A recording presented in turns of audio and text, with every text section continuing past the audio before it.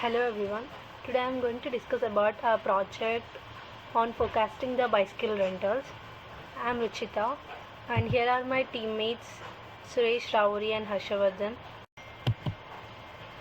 Coming to the abstract, here the bike sharing programs are becoming increasingly popular in the cities worldwide, including in Washington.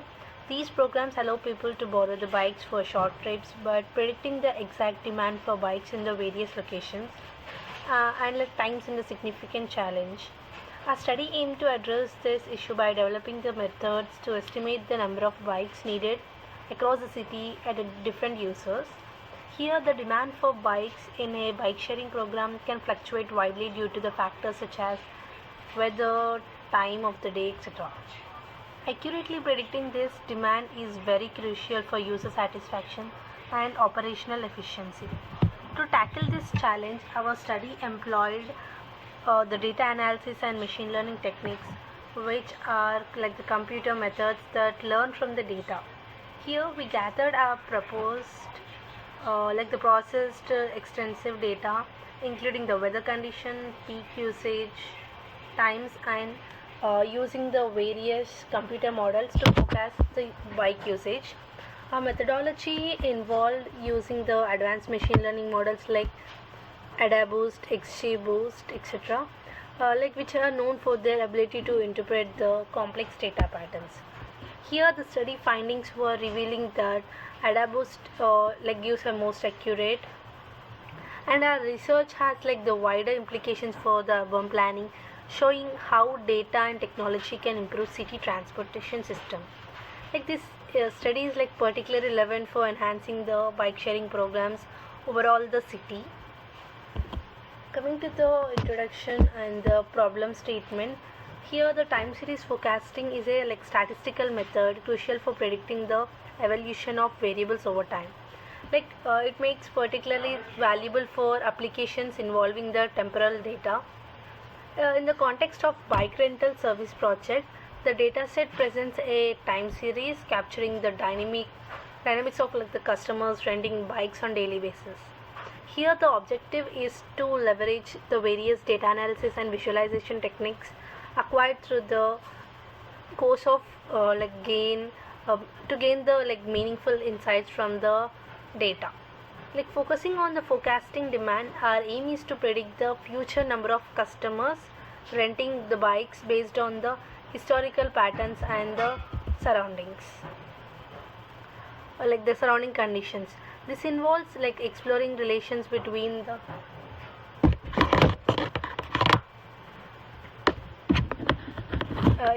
all the relations between the various factors, and by applying these sophisticated data analysis methods, we seek to uncover underlying patterns and trends in this time series. Visualization techniques will play a vital role in presenting these insights, enabling a comprehensive understanding of the factors which are impacting the bike rental demand. Ultimately, our project strives to employ a data-driven approach to enhance the predictive accuracy and contribute the valuable insights for optimizing the bike sharing services.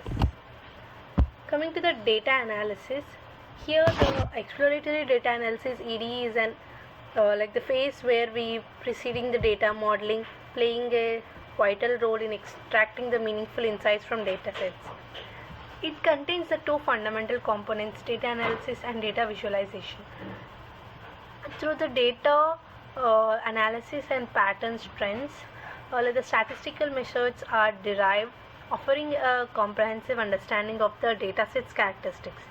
Simultaneously, data visualization employs graphical representations to just convey the complex relationship and trends within the data. Here in the machine learning, EDA assumes the importance as the accuracy and efficiency of models are intricately linked to the quality of input data. By thoroughly examining the dataset's features, distributions, and potential correlations, EDA aids in making the informed decisions about pre-processing steps and feature selection, thereby enhancing the overall model performance. The business relevance of EDA is particularly pronounced in industries such as bike rental sharing, where it just directly influences the strategic decisions. Here, the insights derived from the EDA, like the data analysis, can guide the business in optimizing the services, which improves the user experiences and identifies the areas for expansion or like the enhancement, which ultimately the iterative process of EDA empowers organizations to harness the full potential of their data, fostering informed decision making and like just contributing to the sustainable business growth. Over to Suresh.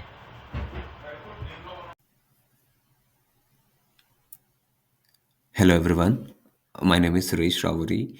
Now I'm going to present on dataset overview. First, let's explore the temporal coverage and data structure. Our dataset contains 2,922 daily entries covering the period from January 1st, 2011 to December 31st, 2018. It includes 23 features for each day, providing a detailed time series analysis over 8 years. Next, we delve into the heart of the data set, which is weather and environmental data. Here, we find variables like average, maximum, and minimum temperatures, along with specific temperature observations. But it's not just about the temperature. Precipitation levels and wind speeds are also recorded. Weather conditions are detailed with binary indicators for phenomena like rain and fog. Moving on to the user demographics and bicycle rental data, the dataset categorizes users into casual and registered and records their daily rental numbers. The total number of customers renting bicycles each day is a primary variable and it is crucial for analyzing overall bicycle demand. Finally, our main objective is to forecast the total number of customers, emphasizing the impact of weather, environmental conditions, and holidays on bike rental behaviors. This forecasting is vital for demand management and operational planning in urban mobility contexts. Here is our dataset snippet showcasing 23 features per day and 2,922 daily entries from 2011 to 2018. Now, let's dive into what the numbers are telling us about how many people are using the bike rental service over time. First up, trend of registered customers over the years. In the first plot, we can see the data reveals a consistent increase in the number of registered customers over the years with a rapid growth in the initial years. However, while the overall numbers continue to rise, the rate of growth showed a gradual decline from 2017 to 2018. Next, seasonal variations in customer numbers. In the second plot, analysis indicates a higher number of customers during the warmer months of April to October. In contrast, the colder seasons of spring and winter see fewer rentals. Next, weekday versus weekend customer patterns. In the third plot, we can see the data suggests a slightly higher number of customers on weekdays compared to weekends. This pattern may be attributed to increased usage of rental bikes for commuting to workplaces during the week. Now, let's see how the weather affects people deciding to rent a bike. So, when it comes to rain and rental demand, first we've looked at whether rain makes a difference. Turns out, even if it is raining, most folks still go ahead and rent their bikes. Sure, a few less, but not many. So when it comes to fog, foggy days are a different story. When it's foggy, quite a few more people decide not to rent bikes compared to when it's clear. Looks like fog's a bigger deal for our customers than rain. Now let's see effect of snow on bike usage. Snow really puts a chill on bike rentals. On snowy days, we see a big drop in the number of bikes going out, more than when it's rainy or foggy for sure. Let's see how bike rentals on holidays versus regular days. Last thing we have checked out, do more people rent bikes on holidays or regular days? The answer is regular days. It seems like folks prefer to rent bikes for getting around on their usual routine days more than for leisure rides and holidays. Now we are going to look at how different things like the weather play into how many people are renting the bikes. Heat map correlation analysis. First, we have this thing called a heat map. The heat map illustrates the relationships among different variables. Here, while wind speed and precipitation show no significant correlation with the target variable, which is total customers, temperature variables demonstrate a notable positive correlation, indicating their stronger impact on customer rental behavior.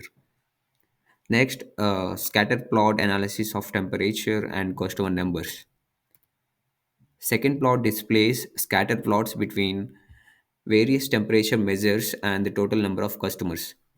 It reveals a perfect linear relationship among the temperature values themselves and a moderate linear correlation between temperature and the total number of customers renting the bikes. Coming to the next step, it is data modeling. In data modeling, we'll be designing how the data will be flown in and out of the database. As our data is a time series data, initially we need to check for the stationary of the data. So we have two kinds of data, that is stationary and non-stationary. Stationary data entails maintains constant mean variance and auto correlation terms, whereas a non-stationary does not maintain these things. We need stationary data because it is very important for forecasting of the data. So we'll be having two tests, radius and KPI factors, which will determine the whether it is stationary or non-stationary. Coming to radius test has hypothesis testing with stationary, whereas KPI test looks at 10 stationary materials. And as initially told, we need only stationary series data. So we'll be converting all the non-stationary series data into stationary by removing series dependency time, also by removing 10 external set, and finally converting data into stationary by using log transfer method. And then we proceed to the data modeling.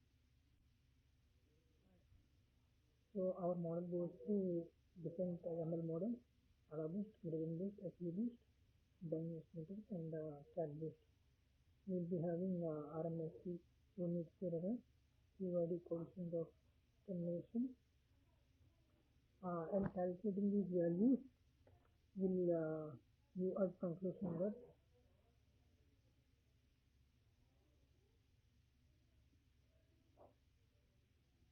XGBoost is a better model compared to ARA-based model. Although ARA-based model gives the lowest error rate, we will be using XGBoost because it tackles the overfitting issue of the model.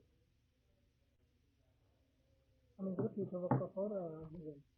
We will be having an user feedback session, which will be mandatory for the implement of the model. By including the opinions, we can improve the model quality and resolve any issues faced. And we also wanted to extend the features by giving more data sets so that it can be predicted well. And also in future we want to take the consideration of location weather. When we have the location of the city, we can know the hotspots where the bike must be placed. And coming to the weather plays a major role in renting the bike. So we will calculate and include weather effects also. Thank you.